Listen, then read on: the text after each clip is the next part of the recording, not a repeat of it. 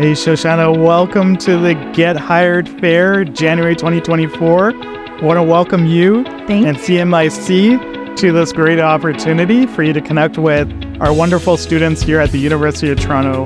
We're excited to be here, so thank you. Thanks so much. Thanks so much for being here. I think one of the most important things and reasons why students come out to events like this to meet employers like yourself is to share a little bit about who they are through their resumes. For you and CMiC, what do you think it takes for a student's resume to stand out? I think resumes are often the first impression. You know, you're getting an application, you're looking at the resume. Yeah. I think it's really important that it's clear, it's organized. I can easily see their past education, any experience, specifically highlight their interest areas as well as technical skills. So I think as long as it's organized and clean, that's the way they want to go. Okay. And so you've been part of events like this, both networking, career fairs. These are high volume events.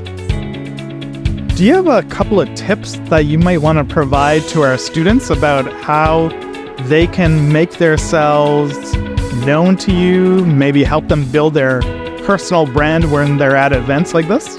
Yeah, kind of like what I said before, do some research about the organizations you want to speak with. You just need to know a little bit about what the company does. Yeah, we could do that over. Yeah, no problem. I'm sorry. No. We'll do that. Start the answer again? Yeah. Okay. We'll just take a couple of seconds and then again. Good? I would say my first tip is to do some prior research. Yeah. Get to know the company a little bit about what they do. So when you're introducing yourself, you could kind of easily pivot into what the organization does, the roles they have available. First impressions are also everything. So come with a smile, be happy. We're excited to meet you as well. Don't be too nervous. We're just people also. So we're here to have a conversation and just introduce yourself. That's what I would say. Some prior research and be friendly. I think that's really, really important takeaway, right? We're also human beings as well. Yeah. Where you're engaging, you just want to make it a most comfortable setting, both for you and the student as well. That's a wonderful takeaway. Yeah. So I'm going to jump into some rapid fire questions. These are just yes, no type questions. But feel free to add your thoughts if you'd like to add them into it.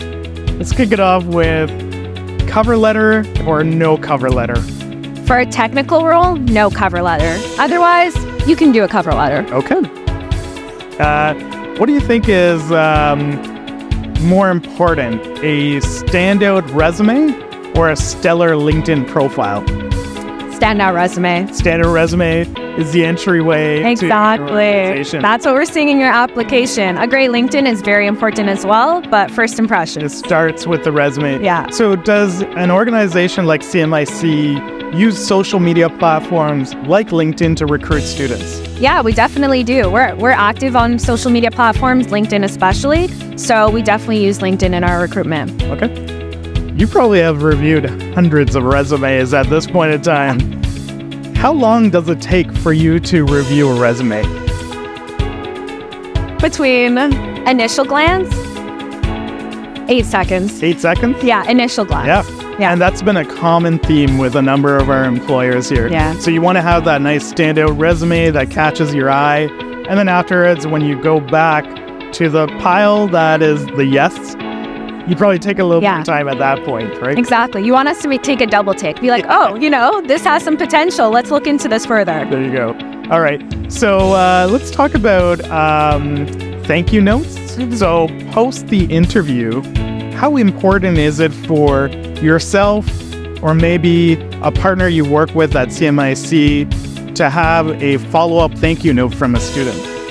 I think it's well received. And you can do no wrong with that. It's just a nice gesture and it shows your interest. So I would say take the few minutes and write that thank you email and send it.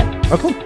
And I think a lot of students get a bit of angst post-interview. They haven't heard back from you, or maybe the hiring manager that you're working with post an interview. What do you think is an appropriate time for a student to possibly follow up with you? It depends on a lot of situations. I'd say generally 1 to 2 weeks time. Really depends the timeline and the volume of applicants we have. Right. But after 1 to 2 weeks, you could just send a little email to touch base. No harm there. Perfect. All right. Well, I'm going to say thank you so much once again for the insight, the intel. Definitely threw in some gems there to help us understand what your organization looks out for when we're working with students from the University of Toronto. Thank you so much. No problem. Thank you.